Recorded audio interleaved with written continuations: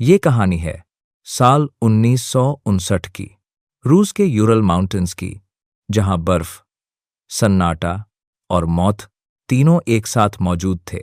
जनवरी का महीना था जब 9 अनुभवी ट्रैकर्स एक साधारण सी ट्रैकिंग यात्रा पर निकले।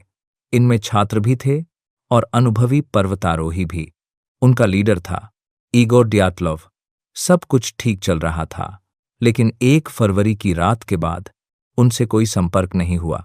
जब कई दिनों तक कोई खबर नहीं मिली, तो एक सर्च टीम भेजी गई, और जो उन्होंने देखा वो आज तक इंसान की समझ से बाहर है। पहाड़ पर उनका टेंट मिला, लेकिन वो बाहर से नहीं, अंदर से फटा हुआ था। ऐसा लग रहा था जैसे वो लोग किसी भयानक डर से भागे हों।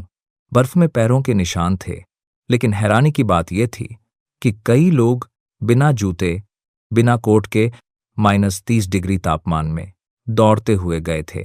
कुछ लाशें जंगल के पास मिलीं, कुछ गहरी खाई में, कुछ के सीने की हड्डियां टूटी थीं, कुछ की खोपड़ी, लेकिन शरीर पर कोई बाहरी चोट के निशान नहीं थे। एक लड़की की जीभ तक गायब थी। जांच करने वालों के लिए ये सब समझना नामुमकिन था।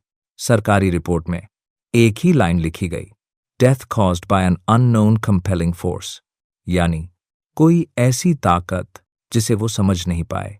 इसके बाद कई थ्योरी सामने आई।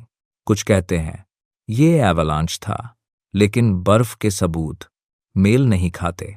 कुछ मानते हैं सीक्रेट मिलिट्री एक्सपेरिमेंट, क्योंकि कुछ कपड़ों में रेडिएशन पाया गया। और कुछ लोग आज भी मानते हैं कि उस रात वहां कुछ ऐसा था जो इंसान नहीं था। सरकार ने केस बंद कर दिया, लेकिन सवाल आज भी जिंदा हैं। आखिर उस एक रात में ऐसा क्या हुआ जिसने 9 समझदार लोगों को मौत की ओर दौड़ने पर मजबूर कर दिया? शायद कुछ रहस्य सिर्फ पहाड़ों को ही पता होते हैं, और ड्यातलोव पास आज भी चुप है। आप क्या मानते हैं, यह हादसा था या कुछ और?